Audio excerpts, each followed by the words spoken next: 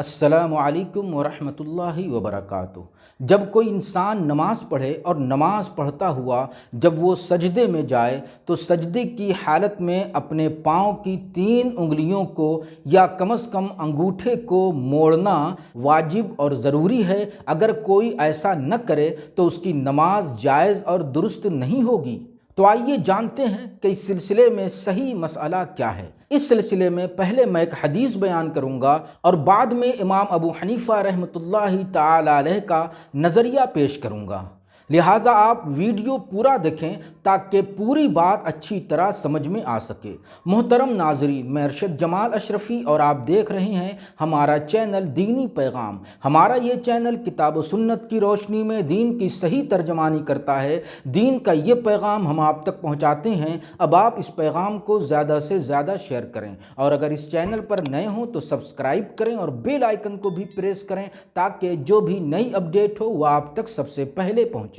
محترم ناظرین، سب سے پہلے میں ایک حدیث پیش کروں گا جس حدیث کی روشنی میں یہ بات واضح ہو جائے گی کہ نماز پڑھتے ہوئے سجدے کی حالت میں انگلیوں کو کس طرح رکھنا چاہیے۔ چنانچہ یہ صحیح بخاری کی حدیث ہے جو سنن ابی داؤد میں بھی موجود ہے۔ ایک صحابی رسول ہیں حضرت ابو حمید ساعدی رضی اللہ تعالی عنہ۔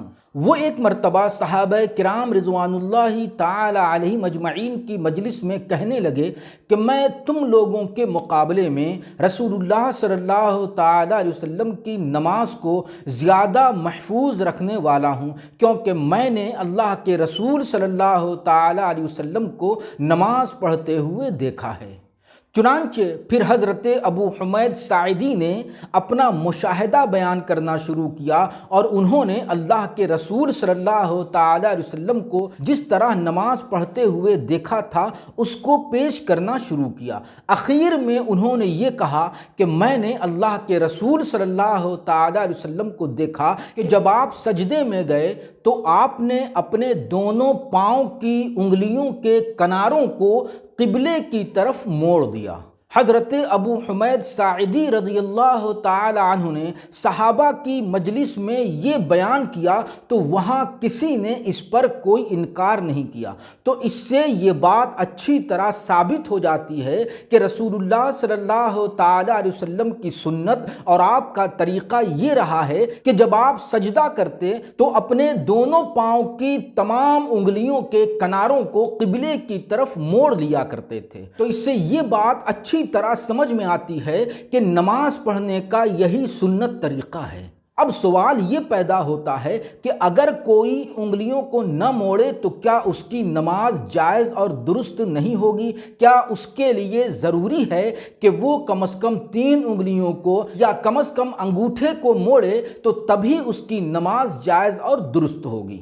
تو اس مسئلے پر جب امام محمد رحمۃ اللہ تعالی علیہ نے اپنے استاذ امام ابو حنیفہ رحمۃ اللہ تعالی علیہ سے گفتگو کی اور یہ پوچھا کہ جب آدمی سجدہ کرے تو اسے اپنے پیروں کی انگلیوں کو قبلے کی طرف موڑنا چاہیے یا نہیں، تو امام ابو حنیفہ رحمۃ اللہ تعالی علیہ نے فرمایا کہ موڑ لینا چاہیے۔ امام ابو حنیفہ رحمۃ اللہ تعالی علیہ نے یہ نہیں بیان کیا کہ انگلیوں کو موڑ لینا واجب اور ضروری ہے، بلکہ انہوں نے صرف اتنا ہی کہا کہ سجدے میں پاؤں کی انگلیوں کو قبلے کی طرف موڑ لینا چاہیے، جیسا کہ حدیثوں میں بھی یہ وضاحت نہیں ملتی کہ انگلیوں کو موڑنا واجب ہے۔ 3 انگلیوں کو یا انگوٹھے کو یا تمام انگلیوں کو قبلے کی طرف موڑنا واجب اور ضروری ہے۔ اگر کوئی ایسا نہ کرے تو اس کی نماز نہیں ہوگی۔ نہ حدیثوں میں اس کی وضاحت ہے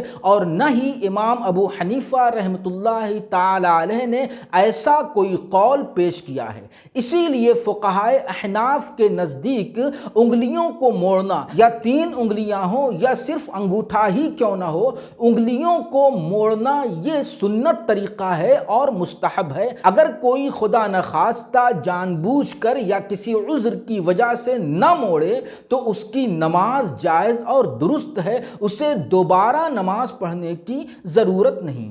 لہٰذا یہ جو عوام میں مشہور ہے کہ کم از کم انگوٹھے کو موڑنا واجب اور ضروری ہے، اس کے بغیر نماز نہیں ہوگی، سجدہ درست نہیں ہوگا، تو عوام میں پھیلی ہوئی یہ بات غلط اور بے بنیاد ہے۔